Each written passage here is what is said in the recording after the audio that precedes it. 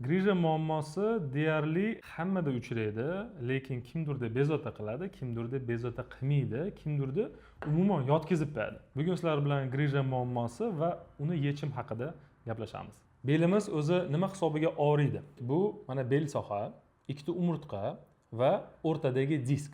Grija har tomonlama chiqishi mumkin.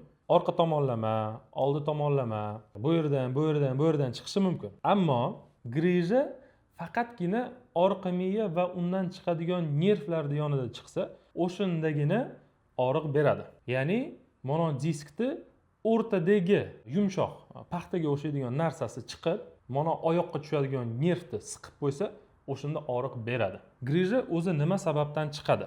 O'zi normada vesimiz 50% mushaklarga tushishi kerak, 50% umurtqaga tushishi kerak. Ya'ni bel mushaklari va qorin mushaklari rivojlanmasa, hamma nagruzkamiz mana shu umurtqaga tushadi. O'shini hisobiga bu disklar bosiladi va o'rtadagi yumshoq narsasi chiqib ketib, shu nervni qisib qo'yadi. O'shundan keyin bemorimizda o'ng yoki chap oyog'i juda kuchli og'riydi, hattoki yotkizib qo'yishi mumkin. Bu birinchi sababi. Ikkinchi sababi reski og'ir narsa ko'tarib yuborish hisobiga bo'ladi. Ya'ni mana masalan sportsmenlarimizda butun umr trenovka qilishadi, o'zini rivojlantirishadi, trenovkani boshlaganda o'zini qizdirishadi, keyin og'ir narsalar ko'taradi. Bizda nima? Og'ir narsa ko'rib qoldi, bordi, bir yordam beray deydi, bitta ko'tarib yuboradi, reski og'ir, o'zidan endi normasidan ko'p. O'shning hisobiga grija yorilib chiqishi mumkin. Endi bu ko'proq yoshlarga mos grijalar. Yoshi katta odamlarda esa bu narsa distrofiya hisobiga. Ya'ni yosh o'tgandan keyin kalsiy, magniy, natriy shunaqa elektrolitlar organizmda pasayadi, suyak yemirilish kuzatiladi, o'sha disklarda distrofiyasi kuzatiladi. O'shining hisobiga fibroz halqasi yorilib, o'rtadagi grijasi chiqib, bemorimizni o'shining hisobiga nervlari qisilib og'riq berishi mumkin. Lekin bitta narsani bilishimiz kerak, yosh katta odamlarda oyoqdagi og'riqlar stenoz hisobiga ham bo'lishi mumkin. Stenoz bu nima? Bu mana umurtqa. Umurtqani mana orqa miya yo'li bor. O'sha orqa miya yo'li yosh katta odamlarda torayib qoladi. Shu narsa stenoz deyiladi. Nima bilan torayib qoladi? Yana e'tibor bergan bo'lsanglar, yosh katta odamlarda oyoqlarida ozgina suvaycha chiqib qoladi. Xuddi shunaqa boshqa joylarda ham suvaychalar o'sib qoladi. O'sha orqa miya kanalida suvaychalar o'sib qolib, sariq boylam o'sib qolib, orqa miyani qisib qo'yadi. Ya'ni mana orqa miya bo'lsa va undan chiqadigan nervlar bo'lsa, shu stenoz qisib qo'yadi. To есть orqa miya yo'li qisqarib qolgan. O'shining hisobiga ham yosh katta odamlarda oyoqlarida og'riq bo'lishi mumkin. Lekin buni biz ajratishimiz kerak. Ya'ni qanday? Grijada ko'proq bitta tomon og'riydi. Ya'ni yoki o'ng yoki chap oyog'i og'rishi mumkin. Stenozlarda esa ikkita oyog'i bir xil og'riydi. O'shunda biz farqlashimiz mumkin shu og'riqlarda va diagnozda. Oyoqlardagi og'riqlar va buni bilish tekshiruvi MRT hisoblanadi. Ya'ni qanday? Mana ko'pincha bemorimiz, конечно, MSKT tekshiruv qilib bizga jo'natishadi. Mana bu yerda grija yozilgan, mana stenoz deb yozilgan deydi, lekin zolotoy standart bu MRT hisoblanadi. Ya'ni nima uchun MRT? Chunki MRT bu ko'proq yumshoq to'qimalarni ko'rsatadi va o'sha orqa miya va undan chiqadigan nervlarni ko'rsatib turadi. MSKT esa u ko'proq plotniy to'qimalarni ko'rsatadi, ya'ni suyaklarda. O'shuning uchun shunaqa holatlarda zolotoy standart bizda MRT tekshiruv hisoblanadi. MRTda bizda aniq bo'ladi, bu nima hisobiga og'riq bo'lyapti oyoqlarda. Stenoz hisobigami yo grija hisobigami? Faqatgina shu MRT tekshiruv zolotoy standart hisoblanadi. Buni qanaqa yechimi bor? Birinchi o'rinda MRTda biz grijani zichligini bilamiz. Agarda grijani zichligi yumshoq bo'lsa, biz bemorlarimizga tavsiya etamiz ozgina kutib turish va bir ikkita dori yozib beramiz. Shu dorilar endi yengillashtiradi so'rdirishga.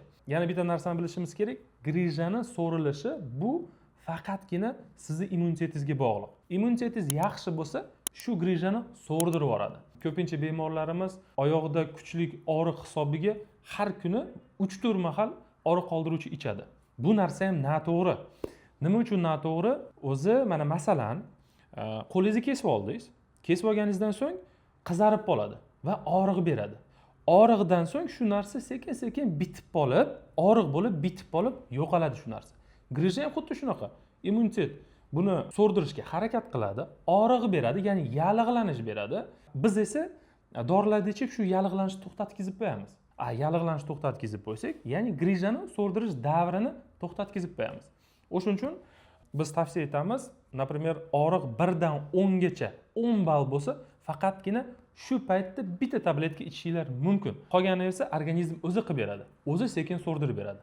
Endi bu narsa grijan to'g'risida. Stenoz esa bu уже boshqa kasallik, ya'ni agarda bemorimiz 1 kilometrdan ko'p yurayotgan bo'lsa, biz ko'proq konservativ dorilar yozib beramiz va mashqlarni tavsiya etamiz. Agarda bemorimiz 100 metrdan ko'p yura olmasdan o'tirib olib og'riq hisobiga qiynalayotgan bo'lsa va hayotiga bu xalaqit bergan bo'lsa, uni уже skopichеский, ya'ni lazer orqali operatsiya tavsiya etamiz. Operatsiya desa, ko'pincha endi odamlarimiz qo'rquv bo'ladi. Operatsiyadan so'ng invalid bo'lib qolib ketamiz, oyoqlar ishlamay qoladi degan gap so'zlar bor. Lekin sizlarga aytaman, hozir juda zamonaviy metodlar chiqqan. Skopichеский lazer orqali shu stenozlarni, grijlarni bartaraf etiladi va biz 5 minutadan ortiq operatsiya qildik va Xudoga shukr, hamma bemorlarimiz yaxshi, o'z oyog'ida chiqib ketib, xursand bo'lib, yaxshi bo'lib yuribdi. Va bu operatsiyadan so'ng 17tasiga bukvalno 1 sutkada chiqib ketiladi. Meni shaxsiy fikrim, agarda sizni grija va stenoz bezovta qilayotgan bo'lsa, hech qanaqa tabib, ostirish, hijama qildirish, shunaqa joylarga bormasdan o'zini mutaxassisiga, ya'ni vertebrolog yoki neyroxirurgga uchrashga tavsiya etaman. Buni nima uchun aytyapman? Bir ikkita shunaqa holat bo'ldiki, kelishadi, уже umuman oyoqlari ishlamay qoladi va bizga kelgandan so'ng biz MRT tekshiruvi bo'yicha kattagina grija ko'ramiz, orqa miya siqilgan, oyoq uchadigan nervlar siqilgan, lekin уже nerv qurib qolgan bo'ladi. Sizlarga misol qilib ko'rsataman. Mana grija chiqsa, mana qizil narsa grija hisoblanadi va mana oyoq uchadigan nerv hisoblanadi. Bu grija bilan suvayni orasida shu narsa qisilib qoladi. Mana shu nerv va qancha ko'p siqilsa, shuncha ko'p u shikastlanadi. Ya'ni oddiy til bilan qancha ko'p siqilsa, bu qurib qolishi mumkin. Har doim bemorlarga men masala qo'yaman. Mana bu qo'lim. Qo'lni olamiz va siqamiz. Siqqanimizdan so'ng bir necha vaqtdan keyin qo'lib ko'karadi. Ko'kargandan so'ng bu уже qorayishni boshlaydi. Va keyinchalik уже bu qo'lni уже kesib yuborsa bo'ladi. Tushunasizmi? Nerv ham xuddi shunaqa. Grija bilan suvayni orasida qisilib qoladi va xuddi shunaqa ko'karishni boshlaydi, qorayishni boshlaydi, keyin quriydi. Keyin bu nervni tiklab bo'lmaydi. O'shuning hisobiga, hurmatli kuzatuvchilar, sizlarga tavsiya etaman. Sizlarda shu grija, stenoz bezovta qilsa, darhol vertebrolog yoki neyroxirurgga uchrashinglar kerak va sizlarga shu mutaxassislar, faqatgina shu mutaxassislar sizlarga yordam beradi. Agarda sizni shunaqa grija va stenozlar bezovta qilayotgan bo'lsa, bizga uchrashinglar mumkin, sizlarga обязательно yordam beramiz. Agarda video yoqqan bo'lsa, like bosing va grija bilan bezovta bo'layotgan tanishlaringizga jo'natib qo'ying.